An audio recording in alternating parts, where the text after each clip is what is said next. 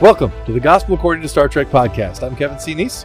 And I'm Mike Poteet, and you're listening to episode 43, Shatner in Space. We'll start off with some Star Trek news, and then we're going to talk about 2 episodes of Season 2 Lower Decks, episodes 8 and 9, I, Excretus, and Wage Douche. And then we'll get into our audience question right after our main topic, Shatner in Space, about what it means that Bill Shatner has gone up into space, that space is commodified, and how that relates to our scientific quests and Star Trek. So it's going to be a cool conversation. Hope you enjoy it.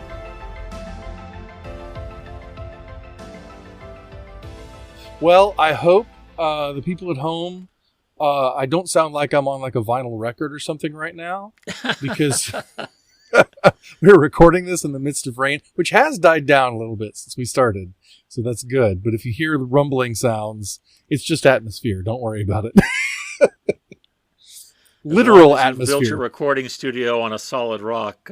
Yes, that's right. You'll be just fine. I'm thinking of that old Bible school song. The floods came up and the rains came down. Maybe the other way around. The rain came down, the floods came up. Anyway. Yeah. Anyway, how you doing, Mike? I'm doing well. And yourself? I'm doing good. It's good to be back. I hate skipping we episodes. Had a break there, but it is good to be back. Yeah. I hate skipping episodes, but it could be avoided. So couldn't be avoided, I should say. So I'm glad. And I think we have some Star Trek news to start out with, and I'm gonna let you fly that particular ship. Right. Well, New York City Comic-Con was back last week. And like in person? It's a shame for a major Comic-Con to be so close to me here on the East Coast, and I've never gone. Oh, but wow. I understand it's almost as big and as exciting as San Diego. But anyway, right, it's big. Star Trek was represented prominently at the Comic-Con, including a brand new trailer for Season 4 of Discovery. Nice. I don't know if you've had a chance to see it. I have had a chance, but I have avoided it. Oh, that's right, because you've chosen not to see it. That is correct. Perfectly respectable and commendable choice. I have seen the trailer. I have to say, I'm still excited for the season of Discovery, but the trailer underwhelmed me. It felt a little generic. It's full of some kind of tropes that we've seen many times from Discovery. So I'm hopeful that just means they're keeping most of it close to the chest, or close to the vest, as the saying goes. They're going to give us the excitement when the show's actually on, and that's fine by me. But one tidbit that was revealed in the trailer, of which I am actually aware, so you're not spoiling it for me. Oh, right. I saw the headlines. Yes. I couldn't help it. Yes. Anybody out there listening who hasn't watched it and doesn't want to know, tune out for a few seconds. But apparently there is a Ferengi crew member on the Discovery, and there was much discussion on Star Trek cyber fandom as to whether or not Discovery has done a good thing or a bad thing, redesigning, in quotes if you like, the look of the Ferengi. So I don't know. You haven't seen the trailer, but have you seen images of this Ferengi crew person? I've seen one image of this person who I can't say that we know that they're on the Discovery. Well, that's true, but they're definitely wearing that new Starfleet uniform. Definitely Starfleet, Starfleet. Season 3. So it warms my heart because we did a whole episode. Go back and listen to it. Eisenberg class on Aaron Eisenberg and Nog. I did a review for Tricktember that year of It's Only a Paper Moon, which is the greatest Nog episode. And Aaron had just died like that week. And so it was huge to get to write a tribute to him and everything. And he means a lot to me. Nog means a lot to me. So for me, this is like Nog's legacy carrying on into the 32nd century, because there's another Ferengi, at least one other Ferengi in Starfleet. And that makes me happy all by itself. So for that reason, I'm like, yay, bring on the Ferengi. Yeah. And who knows how the Ferengi will have changed, not only in terms of appearance, but has their culture changed over, 800 years? Right. Most cultures do in some way, shape, or form. And plus, people complaining, oh, look, now Discovery's wrecked the Ferengi. Well, I read at least one article back in the early 80s from right after when the motion picture came out, and they've ruined the Klingons. Those don't look like Klingons, and that's turned out just fine. So yes. So and plus maybe he's not actually a Ferengi. Maybe it's some related species. Strange That's New right. Worlds is People going to are have just a species related to the Andorians, so maybe Discovery is going to give us some kind of distant species, or not so distant, Mhm. whatever, or the Ferengi. We never, and maybe it's just this guy. Right, Maybe exactly. he had a really bad day, as David pointed out on our chats this week. He looks a little bit like Zek did all through Deep Space hmm Nine. hmm So Yeah, well, and here's the thing too. In all honesty, people say, "Oh, they've wrecked the Ferengi, yada yada." Nobody came on. I mean, I haven't seen the trailer, but I know nobody came on and said, "And this season, a Ferengi joins our crew." no, Nobody for said that. sure. We saw No, this dude for it's a probably few less than a seconds. second or a Yep. couple seconds on Yep. screen, and everybody went, "Oh, that's a Ferengi." So I don't think the Ferengi are screwed up. Do you? I don't think it's a given that they are. I mean, who knows? Maybe Discovery really has screwed up the Ferengi, but I'd say let's give them the benefit of the doubt. Let's see the show first. But I'm thinking like like what you're talking about when they introduced the new Klingons for the motion picture. If you showed a picture of that Klingon to anybody who was a Star Trek fan before that movie came out and said, "What is this?" they'd say, "I have no idea." That's right. That's right. Because it doesn't look anything like an original series Klingon at all. That's right. So the fact that we can look at this fella and say, "Oh, he's a Ferengi," I think they're doing pretty well. Absolutely. Yeah. So Yeah. I think it's silly. I think it's silly to get upset about the redesigns. I've only gotten upset, really truly upset, about maybe one redesign of an alien in Star What was Trek. that? That was the Klingons in Star Trek Into Darkness. And they were originally, it was the Klingons from the 2009 film, which had been cut, that I Right. saw, and I didn't Right. like them, and I was glad they got cut. But then they showed up in the second picture, and I guess they're fine when they take their helmets off, but that they wear these face covering helmets and these trench coats, and they look kind of like thugs. I felt like it was anti-Klingon because Klingons don't hide their faces. They want you to know who killed you and why. Because they want to bring honor to their house and glory to the Empire. Yeah, that's a good And point. so I thought making them kind of dodgy thugs was kind of bad. But other than that, I mean, even though a lot of the Klingon redesigns in Discovery have kind of been uncomfortable, and I feel like they got better when they added hair to them, yeah. the characterization of the Klingons and the portrayal of Klingon culture is so good in Discovery that I don't care if some of the designs are maybe a little over the top. I'll live with it. But so I'm happy about the Ferengi, and I hope they are a Ferengi, and I hope we get to see something encouraging. I think it makes the universe, the Star Trek universe, feel more real. Yeah. All humans don't look alike by any stretch Exactly. of the imagination. And I didn't hear anybody. I think I'm the only person I've heard complaining about the way the Vulcans and the Romulans had these heavy foreheads in the TNG Rick Berman Star Trek era. I like, what have they done to these people to give them? Yeah. Anyway, so Well, my point being, I think it's going to turn out to be a non-issue, and I agree. if the Ferengi's a major character, I think we'll grow to love Appreciate him, her, whatever. Yep. Well, and I will say you were the second person I have heard be upset about the forehead ridges on the Romulans. in Oh, well, TNG good. I'm Star not Trek. alone then. Yeah, you're not alone. What other Star Trek news do we have apart from facial appliances and brief shots in trailers?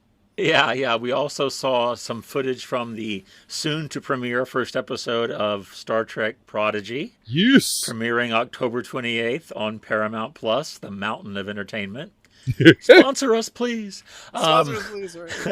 And we've learned that I don't think this counts as a spoiler because they think they were pretty open about it. That apparently Chakotay, we knew he provided voices for the show, a voice for the show, I should say. Right. But he's going to have the rank of captain. Oh, so nice. Chakotay's moving up the Starfleet career ladder. Yes, he Apparently, should. Yes, he should. Catherine's an Yeah, admiral. yeah. He should be a captain. That makes sense. yeah. I mean, and that's exciting. I knew that Robert Beltran was coming back, but I was holding off on saying, "Oh, it's Chakotay," until it was Yeah. officially announced. And I'm glad it is Chakotay. And I'm glad to see Robert re-engaging in Star Trek. That makes me happy. And yeah, it'll be exciting to see. And of course, I ship Janeway and Chakotay hard, so I'm As hoping. I've said, I think those but- first few seasons wanted us to. Yeah. Well, I'm hoping, but we'll see. We'll see how it goes. He better not be married to Annika or something. Mm. I hope not. Anyway, well, Annika, I don't know. Annika seems to be single in Picard, so I was going to say, but I mean, there's time there for stuff to happen. yeah, So. yeah. So we'll see. We'll see. All right, that's exciting. That's good. That's good news. I'm looking forward to all of it. The other bit of Star Trek news, of course, that we have is Shatner in space, which happened today. We were recording on the day that Bill Shatner went up into space and came back. But we're going to talk about that in our main topic because we got talking about it on Discord and decided, hey, this could be, because we're not planning on a main topic this week because we have 2 episodes of Lower Decks to talk about. Yes, and, as you said, it's a double-decker Lower Decks. Yeah, a double. We almost call this lower double-decker, double lower-decker or something like that. I like Shatner in space better. It's a better, catchier title. But yeah, let's talk about them. So let's go back to Excretus. Excretus. I mean, I had no idea what to expect when David told us that was going to be the title of that episode. No kidding. That last time we recorded. But oh man, I loved this episode. This may be. I just loved this episode from start to finish. I thought it was brilliantly done. The series of just all these short little vignettes, each one a total love letter to Star Trek. Mm-hmm. And seeing the lower deck characters in these situations that only the senior officers normally face. Oh man, it was just just made me feel so good. Every single one, and even seeing the list of the scenarios on the board there that the drill instructor puts up, where there's episode titles and where there's phrases that only fans would know. I mean, right. Cause and effect. There's just no doubt this show loves Star Trek to pieces. right. And it came out just all over the place in this episode. What was your favorite scenario that the people, of course, while the lower deckers were doing the senior crew scenarios, the senior crew were being the lowly lower deckers who didn't know what was going on, and their job was to stack the crates. I love what Shaq said. If they want us to stack the crates, why did they make them this shape? Which is a good question, you know. Octagonal shipping crates, maybe not the best idea. Not the most. There's a reason we haven't moved beyond the rectangle, I think. Well, it's like the little flat triangular pillows on the beds. I don't think that's an improvement, honestly. You know, I'll take my future without that, please. Yeah, those sparkly sheets don't look that comfortable. But what was your favorite one that they went through? Of the ones other than Boimler, let's say that, because the Boimler one, for sure, that's the best one. The star of the show. It was the star of the show. But of the others, it might. I don't know. It might be that one just for the humor aspect.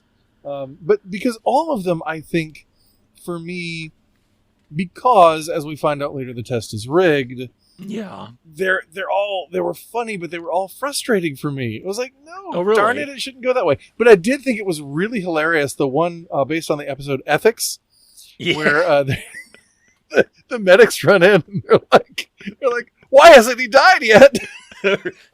Damn, I'm calling it Time of Life 0900. That was wonderful. Oh, I absolutely love that. I thought that was fantastic. So, yeah, that might have been my other favorite. Yeah, was that one. How about you? Well, yes, Boimler's was my favorite, but I loved the Spectre of the Gun shout out with the partial sets against the red soundstage screen. You know, beautiful, just beautiful. Starfleet classic. And I even liked the Naked Time a bit. And I saw some Twitter outrage about that from people who flat out said they hadn't seen the episode. One person tweeted, "Okay, you people who like Lower Decks, can you explain these images to me?" And of course, they'd taken screenshots of these totally over the top, provocative. Yeah. But yes, they said what context could possibly make this? They've ruined Star Trek, blah blah blah. But context is everything, and it was hysterical. And Mariner wasn't comfortable with it, and we weren't supposed to be comfortable with it. Right. They had. I thought it was so funny, and it was really funny, and it's implied. I mean, it's certainly implied when in The Naked Now, Geordi walks into that room and everybody's naked, Oh yeah, and it's these people were they went to the trouble of having the same graffiti on the walls of the ship that was on the original The Naked Time. The graffiti on. I mean, I just was laughing so hard through all those scenarios. I didn't find them frustrating. I found Right. them all Well, thoroughly no, enjoyable. I did find them funny. Yes, indeed, certainly. But on this side of my experience, I'm just thinking about how frustrating it was every time they were doing something and they couldn't take a step without getting points taken off or whatever. Right. But at the same time, yeah, I did love that, and I love that as a callback. That was really great. Again, yeah, I do. I can certainly understand people for whom the naked naked now scene was no bueno. I can understand that for sure. I talked about on the show before some of the kind of blatant sexuality turning me off, in other episodes. And in this one, it's meant to be repulsive. Absolutely. It's not the same as the stuff with Billups and where pleasant fountains lie, yeah. Lie, or yeah. Right. It's just it's so quick and it's meant to be so outrageous and and I don't know, but sure, I mean, if people who watched the episode and gave it a fair shake were genuinely offended, that's I can respect that. Yeah. But I didn't find it offensive, and I'm not one who, goes for that kind of thing. So, well, right, I agree. I mean, I'm the same way. I usually, I think there were some elements of it that were probably more than they should have been, in my opinion, for what I want to see in Star Trek. But it was played humorously, and it worked for me anyway. The episode, though, as you said, is really great overall. I loved seeing what's them species? Pandronian, right? Yeah. I love seeing the Pandronian come back. Yes. Bem is one of my favorite Star Trek episodes. I absolutely love it. It's Bem from the animated series. It's what that's a reference to. For those of you who haven't seen the animated series, go watch it. And yeah, I really love seeing that species come back and seeing the lower decks animation people have fun with that species, which I enjoyed that a lot. Yeah, and I especially thought it was a cleverly done episode because about 20 minutes in, it feels like it ought to be over. Oh, yes, we've learned about teamwork and empathy for the other. The carpet's always grayer on the other side. I love that line. But then there's this twist. Oh, no, the drill instructor's only been doing this to save her own job with Starfleet, which is just perfect.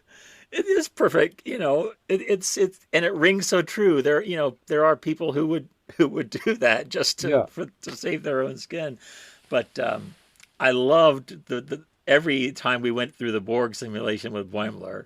It got better and better. And of course, again, shout out to Chris Westlake for music that perfectly captured the flavor of the score from Best of Both Worlds each time. And I read one commentary by Ryan Britt that points out how perfectly Star Trek it is that Boimler's score goes up every time he saves more people. Yes. I mean, it's played so fast and played so funny. It's not a big deal, but he says it's perfect that, first he rescues the Borg babies and then he rescues a few drones and then he finally teaches the Borg Queen empathy and that's when he reaches 100%. But then, talk about getting a 1-2 punch in at the very end. You've got, they're all in the equivalent of 10 forward on the Cerritos. And Shax makes one of those jokes that they would have made at the end of an original series episode, standing around the captain's chair. Looks like the Borg at least left you your appetite. And as everybody's laughing, we hear Boimler say, "Oh, they took everything that I was." It's like, so we've got a shout out to the old comedic endings of TOS, and we've got a shout out to the spirit of Picard dealing with post assimilation trauma. I mean, they hit so many of the marks on the Borg stuff. Beautifully done. Yeah, it really was, and I did love that because, for all that Best of Both Worlds taught us about the Borg, and this comes into play in Picard season 1, where Jean-Luc looks around and says they're not monsters, they're victims. That even he, having been assimilated and released him and freed himself, has to have that realization. And the fact that that's the truth of the Borg And we know this, and yet rarely, if ever, do we, I guess, have time or ability or whatever, or as much concern given toward rescuing these people who are enslaved by this system. Yeah. And so, this is the first Star Trek where it's like, no, we're determined to save every drone on this Borg cube. Right. Like, that's incredible, and that's great. And it's Bradford Boimler is like, come on, sir, that's pretty fantastic. And then he has to, of course, sacrifice himself for the good of the many by allowing himself to be assimilated. Yes. Yes. And it's so, I mean, not to get too biblical with it, but when he comes out and his score is like an 8, right? Right. And he says, "Did I get my 100 points?" And Tendy's like, "Yes, you got a perfect 100," because he did. Yeah, he did. I mean, absolutely. He saved everybody. He saved the day. Yes. And by giving himself up. And I mean, that's the last shall be first and the first shall be last. I mean, it's like this person, what was the name again? The name of the Pandronian? Yim. Sherry Yen Yim. Yes. Okay, there we go. Oh, Sherry Yen Yim? Yeah. Ah, see, because the character in Bem is Ari Ben Bem. Yes. Yeah, so they really went with that. That's very cool. Yeah. But this character, who was going to be first, who was going to be on top and was going to win, is now out of Starfleet. And then this character who was going to beat the test, right, is now has lost worse than anybody. Like even Mariner, who was doing horribly. Yes. She still was in the 20s, and then he's down to 8, and Tendy's like, "Yes, you got a perfect 100, absolutely." Yeah. Because he did. So it's like I like that. I like that very much, and that's a very Lower Decks theme. That's a very central kind of Lower Decks idea. Absolutely. Sort of lifting up the downcast and the brokenhearted. That's what Lower Decks does all the time. And it does it in this way that just totally avoids sanctimonious, platitudes about it. And I mean, it's just there. And if you want to see it, you'll see it. And if you're just enjoying it at the surface, it works on all those levels. It's really pretty brilliantly done. I have heard one commentator talk about, and this is something I've thought about on previous episodes too. Now that we've waxed rhapsodic about the episode, I will. You're going to bring us down? Yeah, maybe. But this one commentator has talked about that, Mariner was kind of traumatized by this whole situation of, seeing all her crewmates engaged in all these activities. And that it kind of goes into an overall question about holodeck ethics and whether you should be able to even make holographic versions of your companions that you might do whatever with, like Barclay does, that is turning all his companions into all these characters and creating these fantasy scenarios with real people. And there's that, but then there's also the question of whether of that trauma that she experienced, and like you're talking about, that tagline that Boimler has, they took everything that I was, which is, I mean, you're talking about one of the pivotal moments. It's a callback to one of the pivotal moments in the development of Jean-Luc Picard's character. And it's one of the most heartbreaking moments in Star Trek, and it comes to the core of the villainy, if you will, of the Borg, and just how deeply evil and how deeply harmful the Borg are. And yet it's this throwaway line at the end of the episode, and is it played for laughs? And there have been several times in the series where Rutherford learns about how Shax was brought back from the dead, and he's at the end of the episode just kind of hugging his knees, going and sweating, like it's along those lines, And so I have felt like at various times the characters, especially having gone through a season 3 of Discovery, which is all about these traumatic experiences that these characters go through and how they deal with and heal from them. And even though we have had stuff about healing from trauma with Mariner and with Boimler and with Tendi and with Rutherford, I mean, they all have these things. There are also these moments in Lower Decks where we kind of make light of traumatic experiences, which I get is also an element that is often used in comedy in general. You know, I mean, Abbott and Costello, you know, with Lou grabbing his head and Abbott, you know, because he got hit on the head by something, right? You know, that's always a comic element, but I don't know if it's okay or if it's overstepping.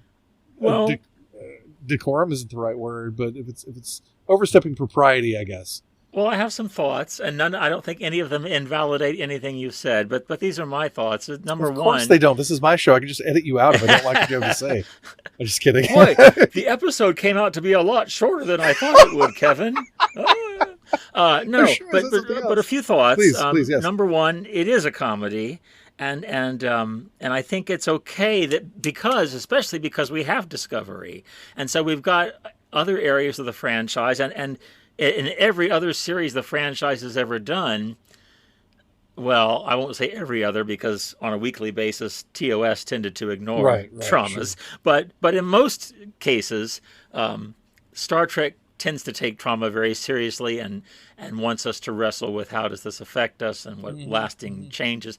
So, so too, that leads into my second thought, for these characters to laugh through trauma, I think that's okay, especially given that it's a comedy show. And number three, as far as the holodeck ethics is very interesting, but we've already talked about how Shari Yen Yim is not an ethical person. So it would not surprise me in the least in universe to find out if Starfleet didn't realize she was abusing and violating Starfleet crew members' images in this way. And an out-of-universe explanation is just... it gives us a hysterically over-the-top repulsive moment that we're right there with Mariner. Ew, I don't want to see this. Throw me out the airlock, you know. Right. So again, true. I don't think that invalidates anything you said, but those are my thoughts on.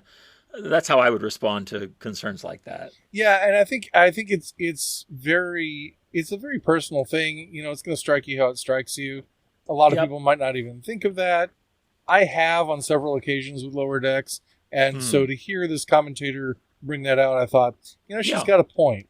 Right. You know, and right. It is a point. It is a point. Yeah. And it is, you know, like we talked about, even just with the sexual elements and even the violent elements and things in Lower Decks, there are some aspects of it that at times I think kind of break funny, like they aren't funny because they go a little too far.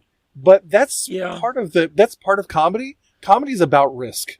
Absolutely. Think of all those comedians who have to, whether they need to or not, they feel they have to explain a joke later, and they'll say, you know, that like you say, that it's walking a tightrope. It's you know, and I'd rather Lower Decks hit me wrong a few times, like it did with the Billups episode. I just didn't take to that at all. I'd rather it do that than be bland and boring. You know, and safe all the time. Agreed. And I think that's something that you have to expect in a comedy show, that it's going to take risks. And I mean, you know, good Star Trek does take risks, and it takes risks with other things, you know. Newer Star Trek has taken risks with violence, with colorful metaphors. Yes, you know? Yes.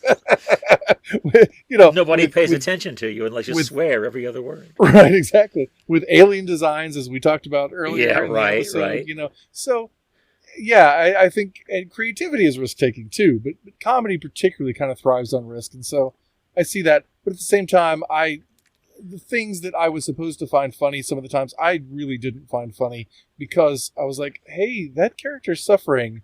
You know, like, it's not okay that Boimler and Sam are like all beat up and bruised. Like, that's not cool that Mariner would do that to them and things like that. It's just, but, you know.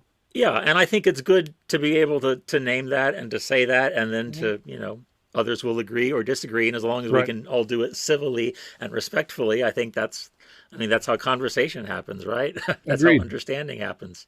I heard somebody very wise say once, risk is our business. I can't remember who it was. Maybe it'll come to me later on. I'll keep thinking about that. He might come into play later in this episode. Actually, who knows? I just can't. It's on the tip of my. It's on the tip of my tongue. The James T tip of your. The James T tip of my tongue. Oh my. Well, but what about this next episode? Where's Douche? Which means 3 ships, and I suggested on Discord we all sing that great old Christmas carol. I saw Wage Douche come sailing in on Christmas Day. Oh man, just I didn't know what they could do to top Excretus. Right. But then we've got this episode where just the structure of it is this beautiful thing where we're not 5 minutes into it until this throwaway mention of, I bet it's great on Klingon ships, hard cut to a Klingon ship. And we do that for a few minutes. And then the Klingons say, you should be on a Vulcan ship. Fear death and cower, and hard cut to a Vulcan ship. And I thought, oh my gosh, how deep is this going to go? Is this like nesting dolls all the way down? But no. So we follow lower deckers on. I mean, I talk about how the menagerie is my favorite because it blew open the original series universe. Well, Wage Douche kind of does that for lower decks because now we've got a Klingon crew and a Vulcan crew, or at least members of those crews that we now know pretty well after just one episode. And we have the implicit promise, and I read in an interview that is going to come to pass, that T'Lyn, the Vulcan lower decker, is going to be at least a recurring character throughout next season. So, and I liked her a lot, and I was hoping for that. And it's probably the most Star Trekkiest plot Lower Decks has done because there's really serious stuff going on. But again, you've got to look past the comedy, or maybe that's not what I want to say.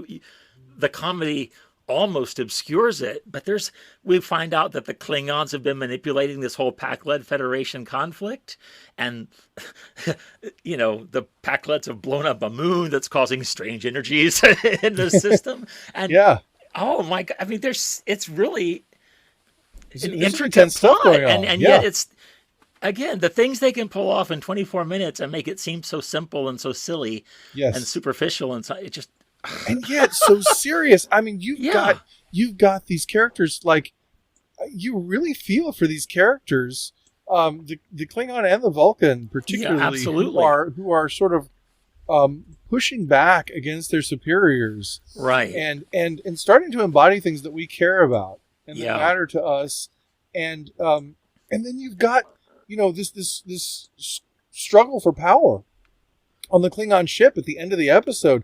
And, our hero on the Klingon ship impales a guy, Absolutely, yeah. And it's like, wow. I mean, it's pretty intense. It is. And it's not played for laughs. No, that is not, for sure. It's played very seriously. It feels like an episode of TNG at that point. It does. Or Deep Space Nine even, Yes, perhaps even more so Deep Space Nine. Because, I feel like, or even Discovery, because like I've always said, like the Klingons in Discovery are the way the Klingons always threatened to be in all of other Star Trek, Right. If you were any other man, I'd kill you where you stand. But in Discovery, they just kill you where you stand. They just do it. Yeah. But so I really, really liked that. And I like the portrayal of those characters. I like that they're lower deckers, like our heroes on the Cerritos. And also I would like to point out that, and you should appreciate this as a Star Trek 6 fan, this is the first appearance since Star Trek 6 of pink Klingon blood. Every other time... Isn't there some line in the episode about our blood still flows as reddish pink as always? Yes, it does. And that's so funny because every other time we see Klingon blood in all of Star Trek, it's red. Every other time.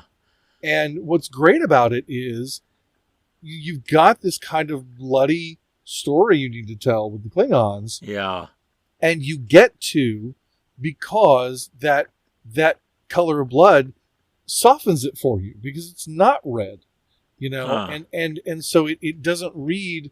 I was watching a thing about these visual effects guys looking at Tron Legacy, and when the bikes break up and there's all this splatter all over the place. He said, if that was red, this would be the goriest scene in the world. Yeah. But it's not, it's green, whatever. And it's the same kind of thing. And that's why the Klingon blood is pink in Star Trek 6, because they wanted to Right. make sure they kept their PG rating.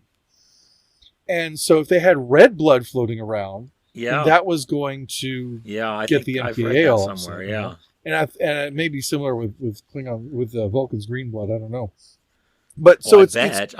Although that could have just been to make them alien, because the first time we see right, Spock bleed, it's like a forehead scrape or something. It's no right, big right. deal.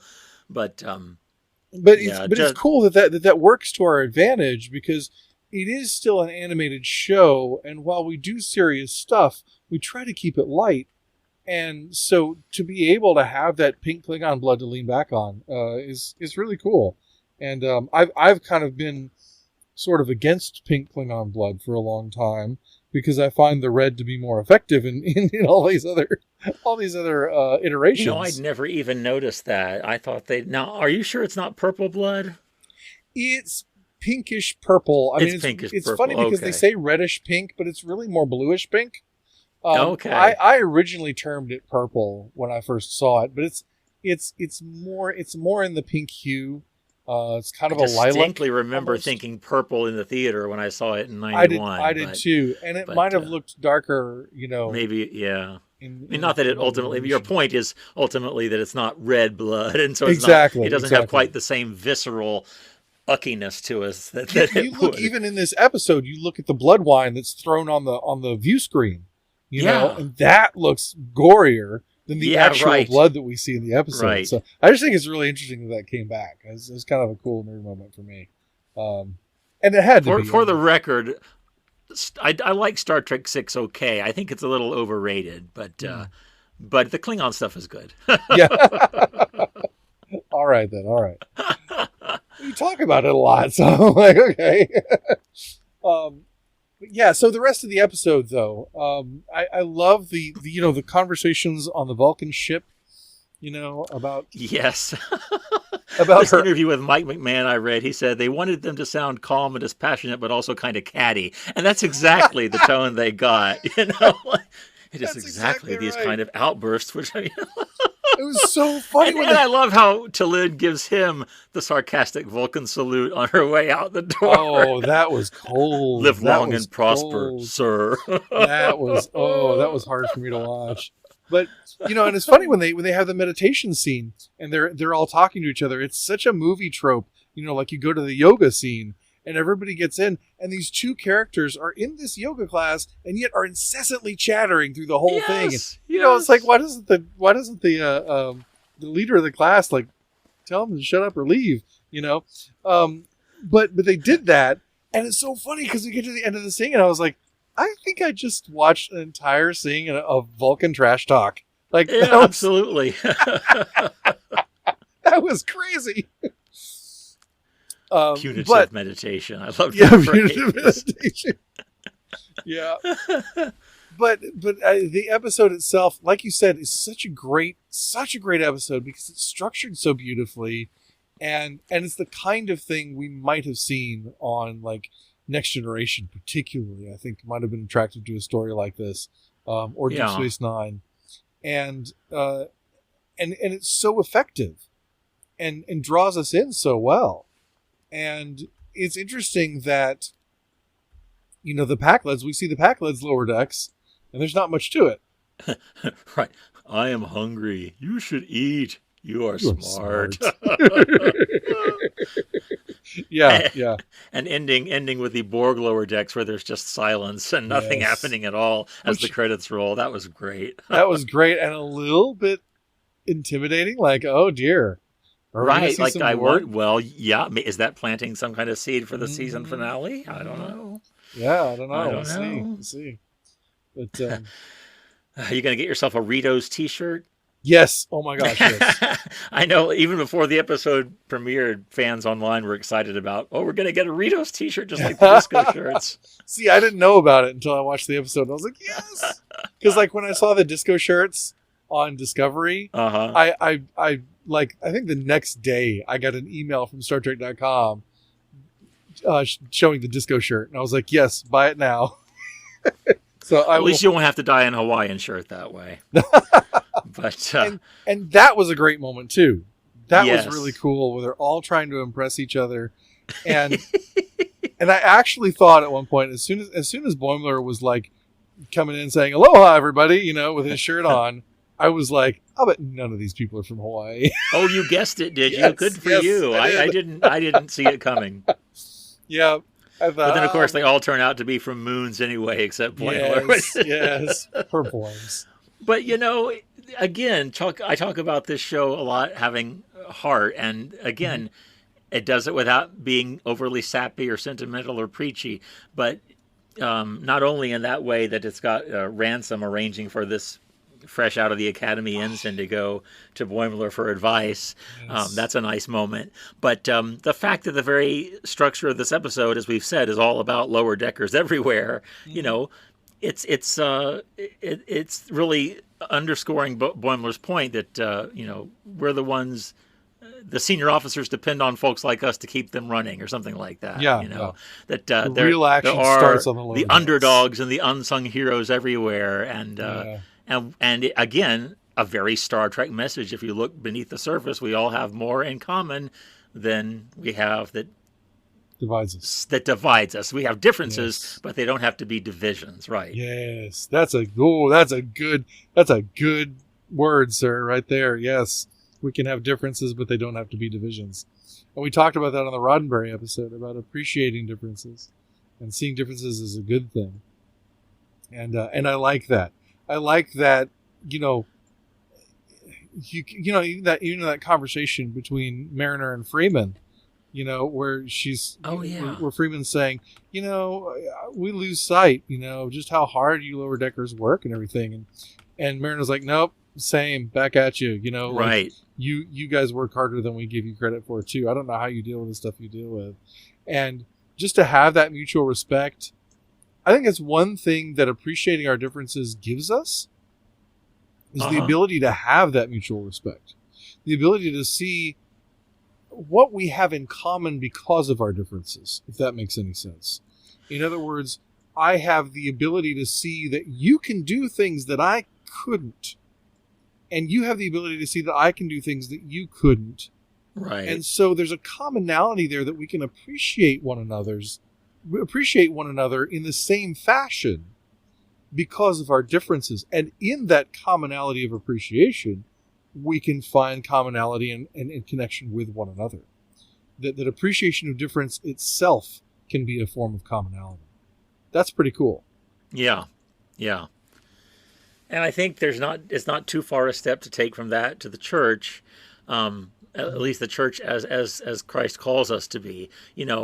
People sometimes quote the verse out of Galatians, in Christ there is neither male or female, Jew or Greek, slave or free, as though somehow Christ erases all our differences. But clearly there are still men and women in the church, and there are still people of different ethnic heritages in the church.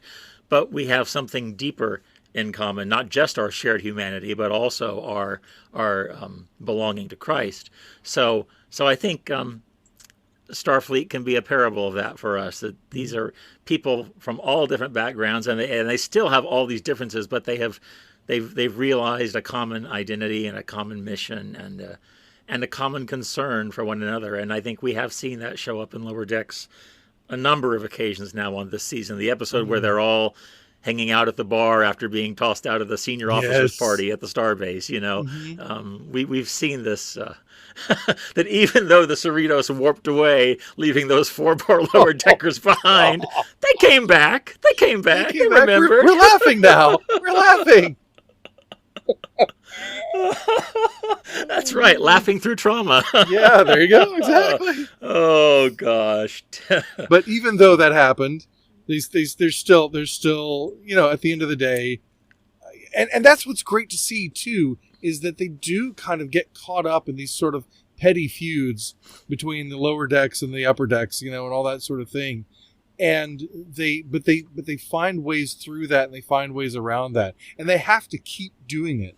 And that's an important thing about relationships generally, that we can have these conflicts and we can resolve them. We can have these pettinesses and these differences and we can work through them, but we're probably going to have to work through them again someday. Somebody's probably going to lose their temper over the same sort of thing again someday. Somebody's probably going to make the same mistake again someday. And we have to work through it over and over again and constantly renegotiate those things to remind ourselves of the better parts of our natures and the better parts of our existence. Because these things, the fruits of the Spirit that we talk about, these are habits of the heart. And habits have to be cultivated and maintained. We've talked about the reordering of your loves and desiring the right things. All goodness is God's goodness. All truth is God's truth. All beauty is God's beauty. But not everything that appears to be good, true, or beautiful actually is. Right. So we have to constantly be seeking the truly good, the truly beautiful, and the truly truthful, the truly true.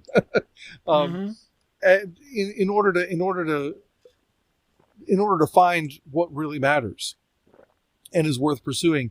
And that speaks to what Paul talks about, the renewing of our minds. The renewing of your mind. I mean, coming from a Southern evangelical context, I will say, given what we've talked about evangelicalism on the show, coming from that context myself, the idea of renewing your mind often kind of gets wrapped up in sort of this idea of salvation, that you have this moment of salvation or this salvation experience, and that's the renewing of your mind, because now you're transformed, and now you're a new creature, and now you have a new life in Christ, and therefore old things are passed away, and therefore you're going to be fine from now on. And no, the renewal of your mind is a constant habit that you have to constantly engage in, where it's renewal after renewal after renewal after renewal. And so to see, I mean, that's a long road to go down, as we often do on this show.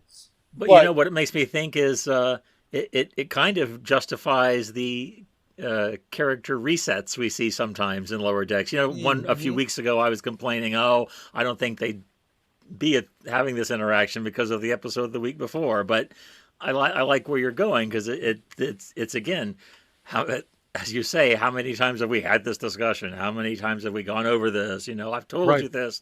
Those things are part of relationships, and and so it's not necessarily. It's more like growth is a spiral, where it's not exactly just 2 steps forward, 1 step back, but it's 2 steps forward and 1 step a half level down, and then 2 steps up another half level. Right. Absolutely. And as you say, how many times must I forgive one who sins against me? 7 times, not 7 times, but 70 times 7, you're going to have to heal relationships. You're going to have to be there. You're going to have to enact love over and over and over again. And, something as simple as episodic television, repeating some of these cycles over and over, can help remind us of that. I think, This is why we have liturgy. Yes. Repeat patterns in order to better understand them. And they shape us. Ourselves. They help us do that reordering you're talking about. Yeah, exactly. I think, I think that's one of the great gifts of those liturgical traditions, is they don't have to be just done by rote. They can be, but they don't have to be. Just like other forms of worship that are supposedly freer, can be done either authentically or kind of by rote, even if they're different every week. Absolutely, on the surface. So, and if you're somebody like me who's kind of in flux, you can find ways, and they may change over time, but find ways to have those repeating patterns for yourself. That help cultivate the good, the true, the beautiful in your life, and help cultivate that focus. And so and that's part of how Lower Decks functions too, is repeating the liturgy, if you will, of Star Trek. Oh, I love that. In a way that lets us sort of re-experience and re-examine, and that's kind of the thing with that scene that you talked about with Boimler and the young cadet. At the end, I mean, I'm having flashbacks to Wesley Crusher and all of this, and it's also Boimler, have on his journey, and now starting to repeat a process with somebody who's coming in under him, and I warmed my heart. I mean, that scene. Yes, it was a very nice moment. It was very, very emotionally affecting for me. one of the sweetest moments in the whole series, I think, for me. Yep. And could have ended the season, honestly. You know, it was That's so what beautiful. I thought too. So I don't know what they've got in store for us this week, but I can't wait to find out. I know. The episode is called First Contact. So, see the first episode. Which, now thinking about your comment about that tag scene on the Borg lower decks, Borg and First Contact, they kind of go well together. They do, or maybe do. not so well, depending on your point of view. But yeah. That's it. Oh, and wasn't it great to have Alice Krieg back as the Borg queen? That was. The moment I heard the voice, I said, "Is that?" And yes, yeah. I loved her getting to say some funnier things than she normally does as the Borg queen. Yes, that was but nice. Yes, very nice, very nice. Yeah. So these were a couple of really great episodes, really standouts for the series for me. Absolutely. And I've enjoyed this series thoroughly. I will tell you that as we get closer to season 4 of Discovery, I am, even though we've got Lower Decks. And even though Picard and Strange New Worlds are on the horizon next year, and even though Prodigy is going to premiere before we get to season 4 of Discovery, I am impatient for season 4 of Discovery. I am learning more and more that Discovery is just my Star Trek right now. Like that is just home for me, and I cannot wait to get back to it. I'm really excited for it. So, but I'm enjoying Lower Decks in the meantime, and I think it's a great series. Yeah, it's certainly. I didn't have high expectations when it was announced all those, 2 or 3 years ago. Right. But it has turned out to be a very, very enjoyable and as we've proven on this podcast, I think very rich for discussion and reflection. Absolutely, which all good Star Trek should be. Mm-hmm. Absolutely. So I think it's time that we talk about today's event. It's today as we're recording this. I'm hoping, everybody, that you're going to listen to this tomorrow. We normally drop on Wednesdays, and we couldn't this week, so we're recording on a Wednesday to drop on a Thursday. Hoping it works. But yeah, but today was an historic day. William Shatner becomes the oldest person to go into space. Mm-hmm. Suborbital space, the edge of space, but still space. Yeah. It's interesting. The person who held that record before him for just a few months, was Wally Funk, the 82-year-old aviation pioneer and a member of the Mercury 13, the Mercury women astronauts who never got to fly. But anyway, she's 82 and William Shatner is 90, so he's now the oldest person to have flown into space. Right. I saw a headline today that said something about Captain Kirk becomes real astronaut, and I'm like, no, not astronaut. No. Let's reserve that term for the people who have the training and the skill. He was a passenger, which is not nothing. That's still pretty cool, but I guess. As you can tell, and as we've talked about some off air, we talked about it on air last time. Yeah, I've got mixed feelings about this whole. I thought today. I don't want to rehash all the same ground we did last time, but here's a new piece. Today, I thought this event got an entirely disproportionate amount of news coverage, and I guess you can take that one of two ways. You can take that as we've really forgotten what's newsworthy in this country, or you can take it as we need something like this to, I don't know, to serve some kind of inspirational or diverting or whatever purpose. I suppose I'm in the minority. I felt today like, because I was a Star Trek fan, I was supposed to be thrilled about this. Mm-hmm. And I wasn't really angry about it or anything, but okay, so rich William Shatner got to go into space for 10 minutes, and that's nice. Yeah. I don't know. What are your thoughts? well, first of all, I want to thank you for bringing up Wally Funk. Mary Wallace Funk, by the way. Wally is her nickname. Because when we last talked about this, the person that we mentioned was John Glenn as having we didn't talk about Wally Funk at all, and that was a particular error on my part because Wally Funk lives in Grapevine, Texas, which is not far from me. Oh, really? Yeah. And so practically your neighbor. Right. Oh, yeah. But not only is she an important aviation pioneer, and also for a time the oldest person to go into space, but she's also a fellow Texan. So it. Well, I think she was born in Las Vegas, but she's a still Texan now. She's a Texan now, so I was doubly remiss for not mentioning her before. So thank you for that. I was gonna do that myself, and you beat me to it. Well, that's thanks to space.com, I have to say. But... Yeah, well, but the other side of it is this, but to address, what you're bringing up specifically, yeah, I mean, first of all, you talk about Rich William Shatner, and it's really easy for us to look at things and say, oh, well, this person's wealthy and this person's not, right? And to say, oh, this person's privileged because this person's wealthy, and that does happen quite a lot. But Shatner got this ride for free. It was the other people. Yeah, but who's paying for it? Another obscenely rich person. Right. But I'm saying that Shatner didn't get there by means of his wealth. Certainly, he is wealthy and he is famous, and he got there by means of his fame. But he didn't get to do this because he has big pockets. It wasn't a vanity project for him. It was Jeff Bezos, who's a huge Star Trek fan, who gave him little cardboard communicator and other things that Bezos had made when he was 9 years old as a little Star Trek fan to take up into space with him. So I mean, it was sweet. It was yes, this person is a billionaire and they get to do big things with their money, but I don't know. I mean, without billionaires doing big things with their money, we wouldn't have most of the things that we have. This is true. As a functioning society. This is from true. The railroads to electricity to all of these other things. So that's true. And Wally Funk is not a millionaire either.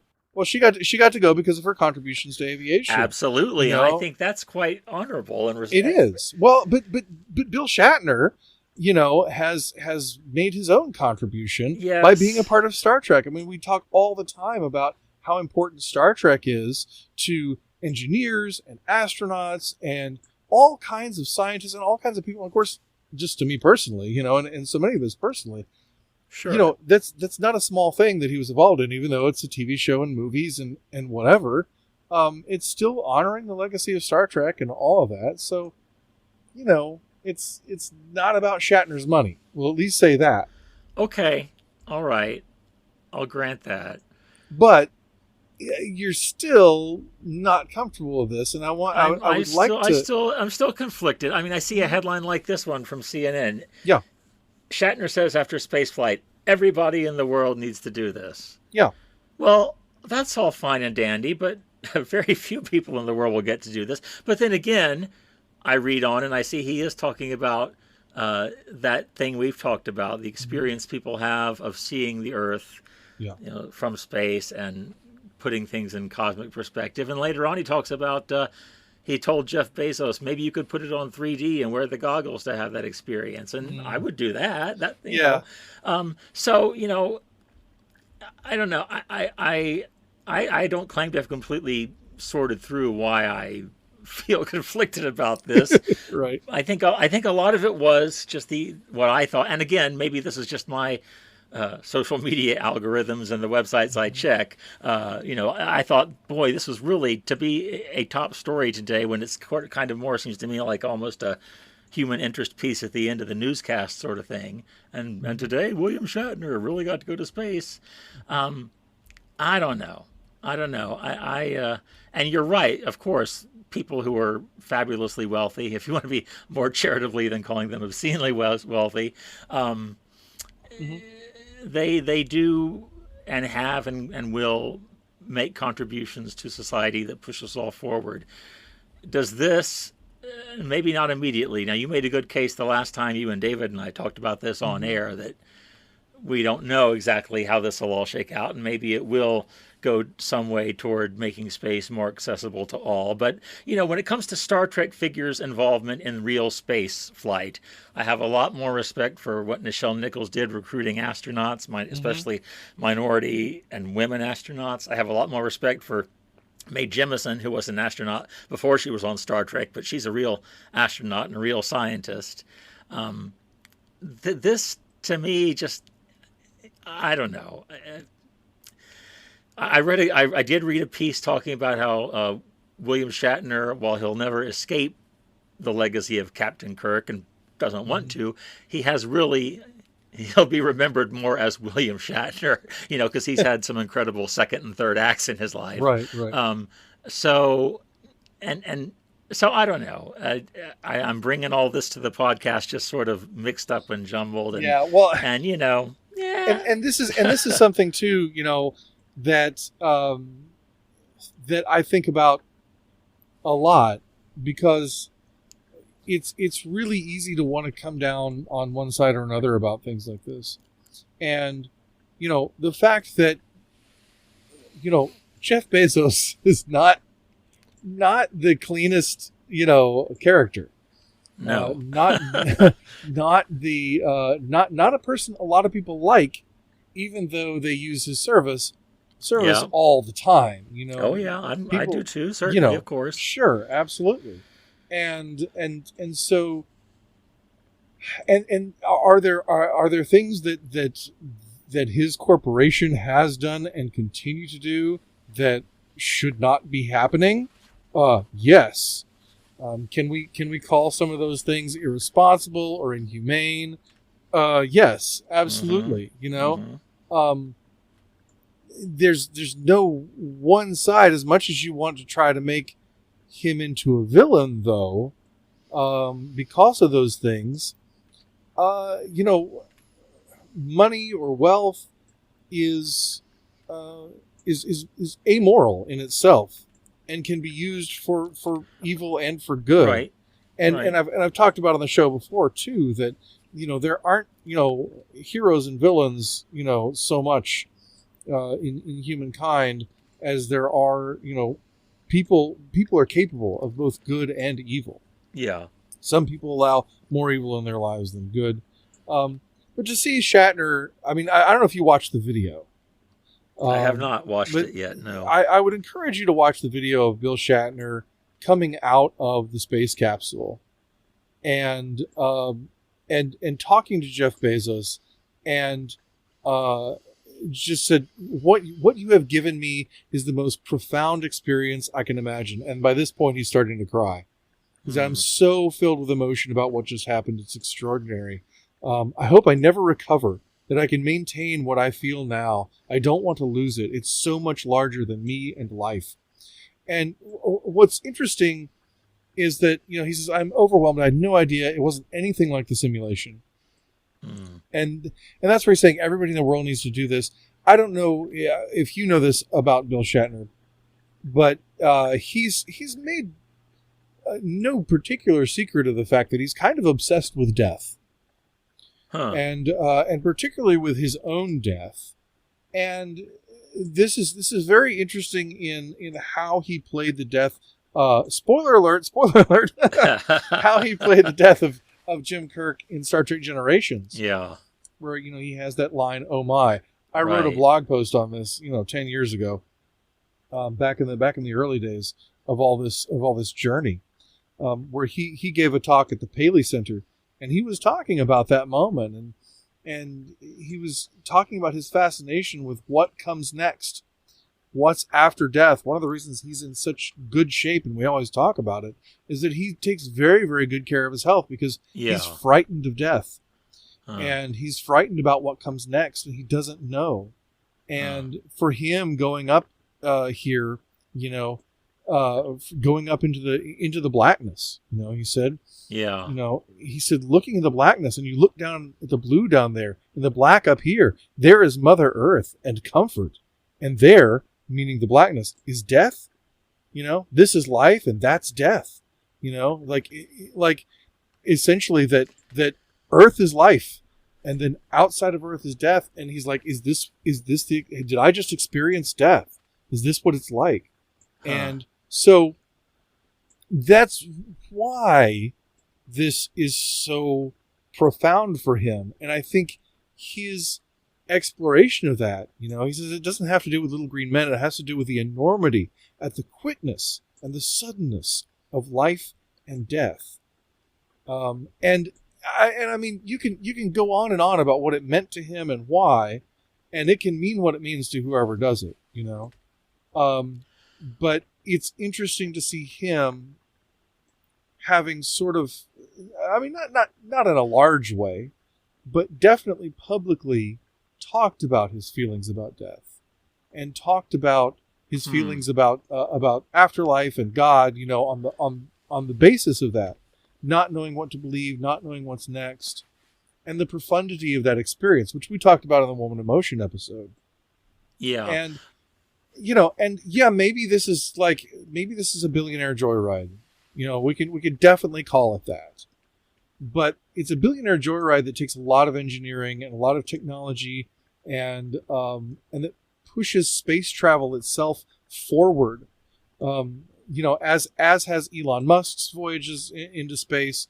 I don't know so much that Virgin Galactic's have, but the idea that we can launch a rocket and have it land back on Earth, and be reusable and things like that, has pushed the science forward. And experiences like this, this is an important kind of human experience. And yes, it's available to the super wealthy and, the people that they choose to give it to, like Wally Funk or Bill Shatner. Right now, but, all technology is more expensive at the outset than it is as it goes forward. And this does, I think, there's no way this doesn't influence the use of space travel for scientific pursuits, and there's no way that this doesn't lead to space travel being more accessible for more people. And if just this suborbital flight can be that profound an experience for people, it could be a really good thing. It could be a net positive for the human race. I feel like I've gone on too long about this. Well, no, I didn't want to cut you off. But what you say does help me reframe perhaps my reaction to the media attention, because I don't think most people know about Shatner's thoughts about death and life and things of that nature. But I do think the idea of going into space probably connects with many people's sense of those issues, but also of just our place in the universe and the mystery of it all, and what's the meaning of life. And so even if nobody could articulate it as well as you have, and as well as William Shatner has, maybe just knowing that he was doing this today caught people's attention because it connected with those wonderings and those thoughts and those, as Christians we might call them, groanings of the spirit. I like that. Yeah. Those yearnings we have for God that we're not even always aware of, even those of us who profess belief in God. Those instincts toward the holy and the numinous. I could see that being an explanation as to why this got so much attention. Something else your comments made me think of was McCoy's line to Kirk in Star Trek 2009 that out there in space is cold and disease and death. And Kirk says, Starfleet operates in space, right? But before I forget it, because I forgot it earlier, I will say this for William Shatner. I do admire and respect how he, and this goes to what you're saying, how he lives life. I mean, he is not content to sit around doing nothing. And if somebody offers him a new experience, he takes it. And I think I could probably stand more of that in my life, and perhaps you and some of our listeners can resonate with that too at some level. I mean, I think that I'm one who tends to play it safe, and I like to know exactly what's going to happen. And I even get a little nervous when I'm driving somewhere I've never been before, even with the GPS on, because am I going to recognize the turn in time to, that kind of thing. So I do admire William Shatner for going for it. And I think that's another positive facet of the story. Well, I agree. And I think you're ultimately right that the quest for the holy or the numinous is why this has gotten a lot of attention. But I really think that on the practical level, the reason this has gotten a lot of attention is Star Trek. and that Bill Shatner is a big celebrity, and it's Captain Kirk going to space, and it's cool. Everybody's interested in that because it's Star Trek, and it's just this side of Star Trek in real life. But on the other side of it, I think the reason that Star Trek is so enticing to us, at least from my point of view, and the reason we do all this, and the reason that that we're interested in the idea of some version of Star Trek in real life, whether it be holodeck technology or replicators or Shatner going into space, I think that brings the Star Trek world. I was talking with my son just the other day about the phrase "beam me up, Scotty," and I was saying, this was never in the TV series. The closest we ever get is Scotty beam me up in Star Trek 4. And even then he's asking to be beamed onto a Klingon ship, for goodness sakes. But and I said this is really a phrase that started in fandom. It's kind of like I didn't say this to him, but I would say it's kind of like the earlier generation of Star Trek's version of Team Edward and Team Jacob. It's not in the work itself, but it's referential. It's saying it's elementary, my dear Watson. Yeah. It's saying I love the world of Star Trek. I wish I could be in the world of Star Trek. Yeah. Scotty, beam me up. It's that desire to participate because Star Trek connects us with something that is greater than ourselves. Even as Star Trek itself is a corporate product. Even as there are millions of dollars at play, and we have new Star Trek because greedy executives at Paramount are milking this franchise for every dollar they can get out of it. Maybe that's true, but they happen to be doing it by employing people who love Star Trek and care about what it means and are giving us meaningful art in the process. Yeah. I don't like that. I love that Bill Shatner had this experience. I love that Captain Kirk has gone to space. I don't like that I have Jeff Bezos to thank for it. But I also don't like that I have Jeff Bezos to thank for the birthday decorations we used for my son's birthday party just this past weekend. Like there's good and there is bad that is done by people with power and by people with money. And yes, a corporation needs to be held more. All corporations need to be held more accountable than they presently are, at least in our country, if not the world. Absolutely, as a matter of justice. Yeah. But that doesn't mean that they're incapable of doing good. And when they do, I think it's worth lauding. At the same time, you're not wrong about the sort of elite nature of what's going on here. But I don't know. Starfleet's elite too, so. Well, I don't know. That's an interesting point. Yeah, they do. Most of the series do make a big deal about their crews being the best of the best. Yeah. Especially if you're on the Enterprise. I mean, I guess Lower Decks is the exception to that, right? Right. Because we're focused on characters who know they're not the best of the best, and yet they're growing. And really, even the best of the best on the other series are talking about, how many speeches does Picard give about we're growing, we're learning more, we're changing, we're chasing, our higher, not the better angels of our nature, but that kind of thing. Yeah. That we still have a ways to go. Yeah. So yes, Starfleet, but by the same token, Starfleet is elite, I suppose, but I not in the sense of, at least I don't think, of a caste system kind of thing or a snobbery kind of thing or anybody, you get the impression anybody who chooses Starfleet would find a place in Starfleet, even in the episode Tapestry, where Picard's living this alternate life that never was.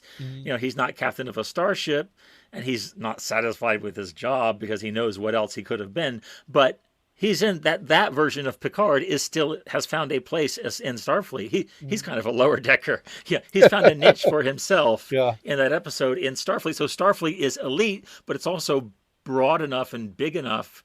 Fair. At least I get the impression to encompass anybody who wants to choose that. I can't think of a character offhand who is a functional adult and who, as David said, is acting in another episode, is acting in good faith, who washes out of Starfleet. Ro Laren. Well, I'd have to revisit her story a little more before I pass judgment on R'Laren. Well, And my memory is that she was so committed to the Bajoran cause and to her people and to justice, and could not make those kind of compromises with Starfleet that you're suggesting we, by necessity, have to make with the corporations, where they're not perfect, but they do some good. Starfleet's not perfect. Section 31, but it's done some good. That wasn't enough for R'Laren, and I think the show left it up to the viewer to decide whether she was right or wrong, or some of each, and whether vice versa, whether Starfleet was. I mean, look at what Deep Space Nine does with deep dive into the Bajoran situation. Starfleet makes a treaty with the Cardassians that leaves people, Bajorans and humans, living in the in-between zone, leaves them in the lurch. And what's everybody supposed to do about that? So, right. I feel like I'm rambling. You can jump in and steer us back. Well, but yeah, I don't know. Maybe Starfleet being elite. I mean, yes, in one sense, but in another sense, not as in the you same said, way. the crew of the Enterprise is a representation of humanity, and there ideally should be no elite within humanity, I think. Well, there are always people who are going to excel in one way or another. And it's like I was speaking about earlier, that recognizing our differences and appreciating our differences means that we recognize that we can excel in ways that other people might not. We may envy what that person accomplishes, but they may also envy or be able to at least appreciate what we accomplish that they could not do.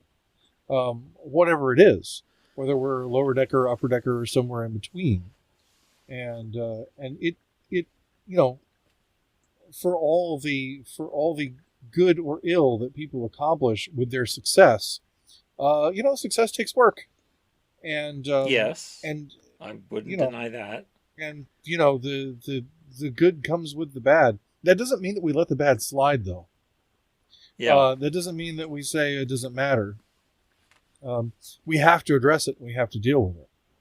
We need to, as a society, always deal with our bad, personally and corporately, and and meaning that as a group, as a society of people, but also within corporations, corporately. So those things are always going to be at play, and as you point out, even within Starfleet itself, as it has been written, because it reflects the systems that we create. And this is true of the church itself, or I should say churches themselves, institutional churches themselves. Right. Because any system that we create is always going to have faults and flaws. Yeah.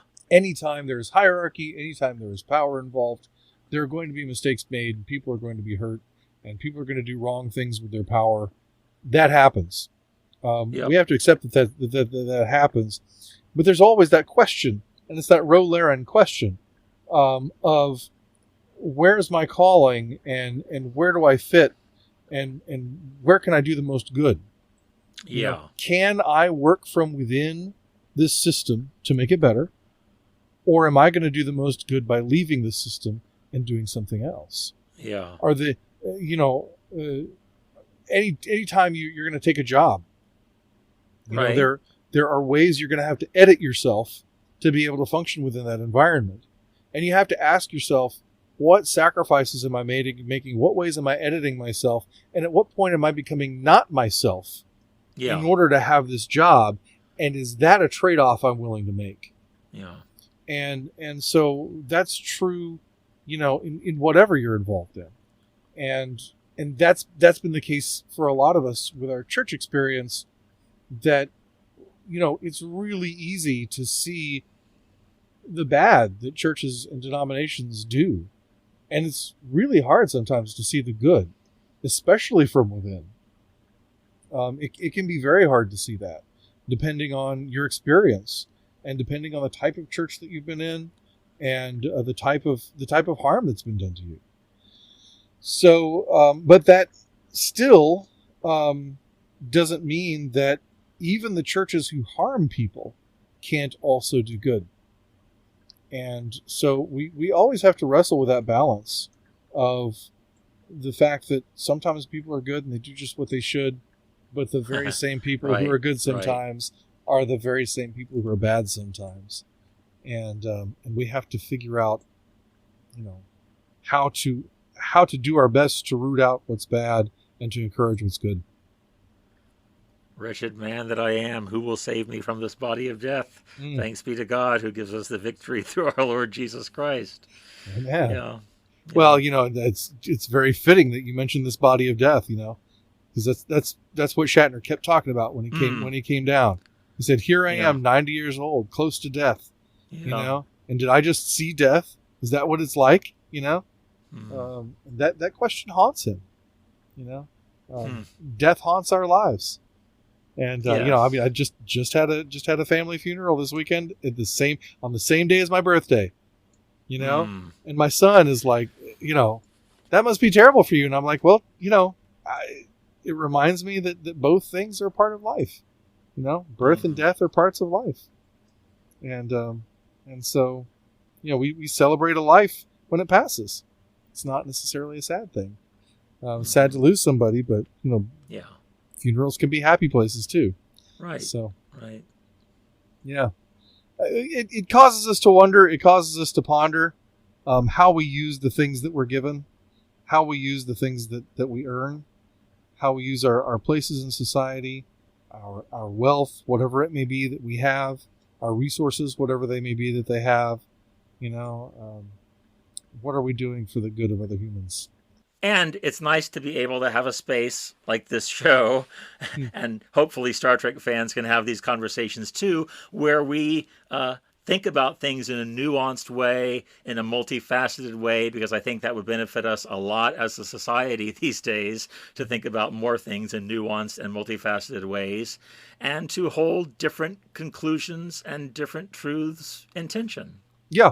Oh, absolutely. And something I heard a commentator say about Star Trek itself, that it's very often, kind of wanting to say, well, this is the right thing to do. Coming down to those tests that they had in Lower Decks, that the test was set so that there was only one correct option, and the people were losing points just for being creative. And they should have been, they shouldn't have been, had their points taken away. They shouldn't have failed their tests just for being creative. There is more than one way to do things. That sometimes in Star Trek we get the feeling that there's one right answer to a particular situation, like the ethics situation that was mirrored in this episode. That there's one right answer, but in reality, as we've been talking about, two seemingly contradictory things can be true at once, without becoming less true because of the other's presence. That's what that's what we're aiming at when you talk about holding things in tension. And Star Trek sometimes does that, but sometimes has this sense that there is one right action, and our characters have to move with such absolute conviction, that theirs is the moral path, so that they can be our paragons. But as Eve said in Mudd's Women, I never met a paragon. So I think it's really important that we understand that those gray areas exist and live in our world. And in our lives, and that's quite okay. And that's very much a part of our existence. And becoming more mature human beings means living with those realities, and then choosing what it is we focus on, and choosing how it is that we respond to those things that aren't good, and choosing how we encourage and thrive in those things that are. And as we talked about in the Lower Decks episode, sometimes laugh through our trauma. Yep. Yeah. So this has been a really great discussion. It's really interesting, and it's really live in Star Trek right now. So I think for our audience question this week, once again, we're just going to flip it out to you at home, you who are listening to us. What do you think about billionaires in space, Shatner in space? Is this a good thing? Is this a bad thing? Did we miss something? Or do you feel really strongly about this? Let us know. And we'll talk about it perhaps next episode, or whenever we get some of your responses. So, Mike, what do we have coming up next week? Well, next week we will discuss not only the final episode of Season 2 of Lower Decks, which is titled First Contact. I think I may have mentioned that earlier, so that's not a big reveal. Right. But we'll be discussing that, and also we're just going to do a Season 2 retrospective of Lower Decks next time. So it will be Lower Decks, the whole season. Yeah. What we liked, what we disliked, what we learned, what we enjoyed, what we hope for season 3. Yeah, absolutely. That sounds great. I'm looking forward to it. In the meantime, please like, share, rate, comment, and subscribe wherever you can do that. And also send us your questions or this week your response to our question. You can find us on Twitter and Instagram, Gospel Trek Pod, or on Facebook, Gospel According to Star Trek, or you can email us at gospeltrekpodcast@gmail.com. We would love to discuss your question on the show. Also, you can support the show by using the support button on anchor.fm/GATST or by going to our Patreon, patreon.com/gospeltrekpodcast. You can support the show, help us make good content, and also get some cool goodies for yourself as well. That's going to wrap it up for this edition of the Gospel According to Star Trek podcast. Thank you so much for being here, and until next time. I'm Mike Poteet. And I'm Kevin Sinise. And as Jesus said in John 10:10, live long and prosper. See you next time. Shatner in space!